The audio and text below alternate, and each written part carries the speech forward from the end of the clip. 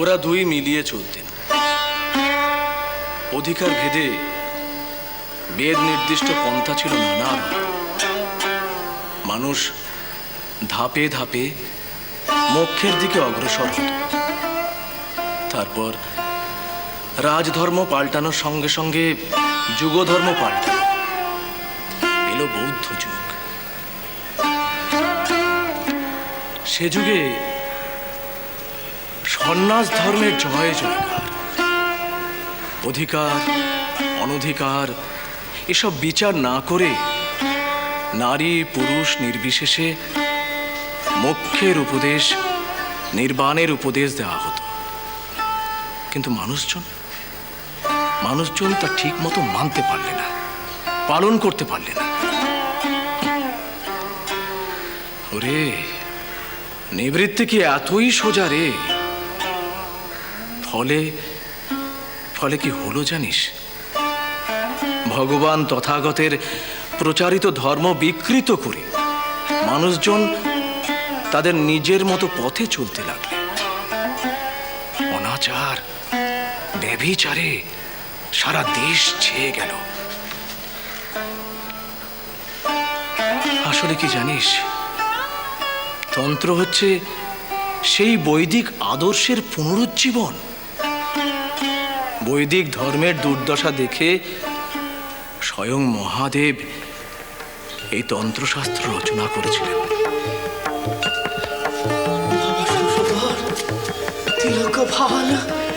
গঙ্গা জটা, সেই জন্যই তো বাবার জটা থেকে নেমে বয়ে চলা মা ভাগীরথীর পুণ্য জলে আমি এত তৃপ্তি পাই।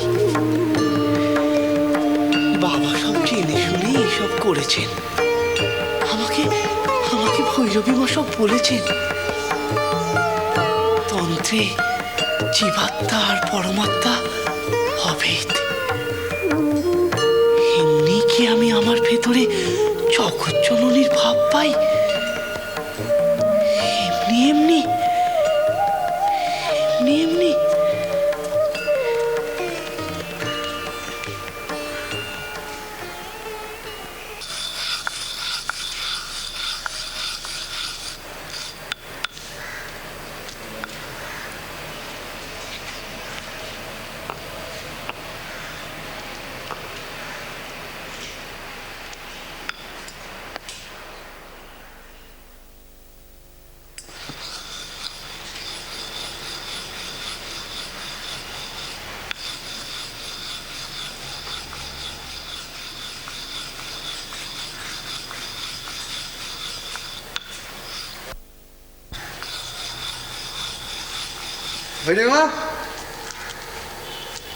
কোথায় ছিলে হৃদয়? এত দেরি করলে কেন? কেন আমি দেরি করবো কেন? আমি তো আপনার কথা মতো পুজোর ফুল তুলে নিয়ে মায়ের মন্দিরে চলে গেলুম। তারপর ওই ছোটো মামার সঙ্গে দেখা। ছোটো মামা বললো যে আপনি এই ঘরে এসছেন। ও, ওই দেখো, তাহলে আমারই ভুল হয়ে গেছে। আমি বোধহয় তোমাকে সব কিছু ভেঙে বলিনি। না না না, বলেছেন তো, বললেন আপনি কি পুজো করবেন। তাহলে আমি তো সেই মতো ফুল তুলে মায়ের মন্দিরে চলে গেলুম। তারপর বিষ্ণু ঘরে উঁকি মেরে দেখলুম সেখানে হলধারী মামা পুজোর আয়োজন করছেন। বুঝলুম সেখানেও নয়। তাও তো। হৃদয়, চন্দনের গন্ধে ঘর একেবারে মোমো করছে, তাই না? হ্যাঁ, তা ভৈরবী মা, হ্যাঁ, আপনি এত চন্দন বেটেছেন কেন গো? পুজো হবে যে এখানে। হ্যাঁ হ্যাঁ হৃদয়, আমি যে তোমাকে সব সুগন্ধি ফুল জোগাড় করে আনতে বলেছিলাম, এনেছো? কি গো? হ্যাঁ, করেছি। এই তো গন্ধরাজ, জুই, বেল সব এনেছি। বেশ। আচ্ছা ভৈরবী মা, মায়ের মন্দির ছেড়ে এখানে পুজো করবেন কেন? হৃদয়, তোমার ছোট মামা কোথায়? তাকে আসতে বলো। ছোট মামা তো আমায় বলে গঙ্গা নাইতে গেল। একটু এগিয়ে দেখো গে। আগে। ও হৃদয়। হ্যাঁ বলুন। আমি যে তোমাকে একটু সুগন্ধি ধূপ জোগাড় করে রাখতে বলেছিলাম, রেখেছো? হ্যাঁ, সেসব আছে।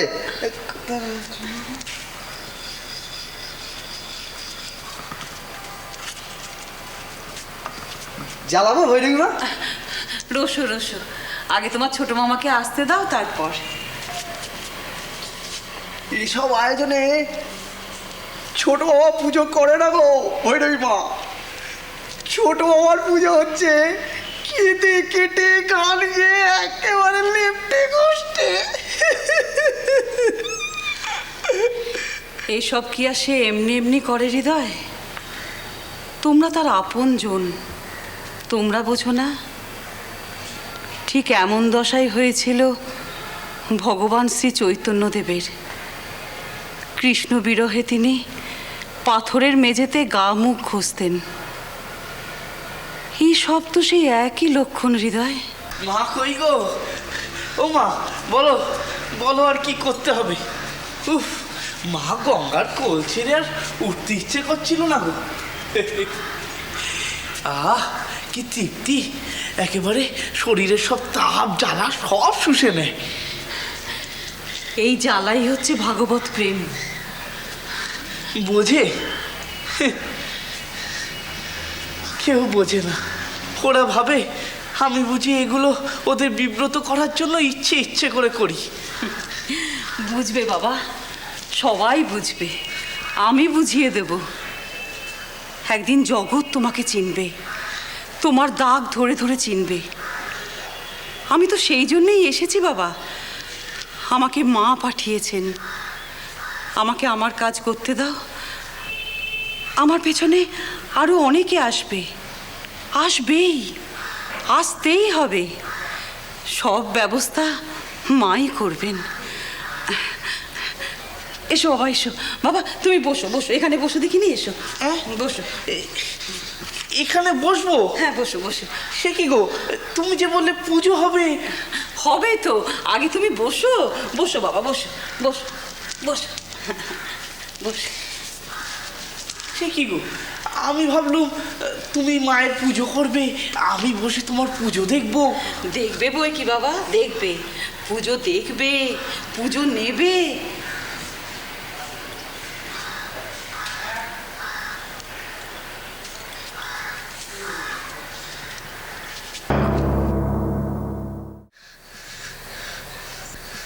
তুমি কি ওকে ঠিক চিনেছো ভৈরবী, নাকি কার্যসিদ্ধির জন্য ওর মন গলাচ্ছ? আমার কার্যসিদ্ধি হয়ে গেছে রাজামশাই। বাবা আমার জগন্মাতার অনুমতি নিয়ে আমার সঙ্গে তন্ত্র সাধনার পথে এগোবেন, সে আদেশ আমি পেয়ে গেছি। মানে কই, আমি তো সেরকম কোনো অনুমতি এখনো দিইনি। এই ঠুনকো জমিদারি অহংটুকু ছাড়তে পারেননি বলেই আপনার মধ্যে এত সংকট। মায়ের মন্দিরে আপনি কে অনুমতি দেবার? আর এই নিয়ম যদি থেকেও থাকে, তা নিশ্চয়ই আপনার সেই সব ভৃত্যদের প্রতি প্রযোজ্য যারা শুধুমাত্র জীবিকা অর্জনের জন্য এই মন্দিরে পড়ে আছে। আমি নিশ্চয়ই আপনার সেই এখতিয়ারে পড়ি না। বাবাও পড়েন কি?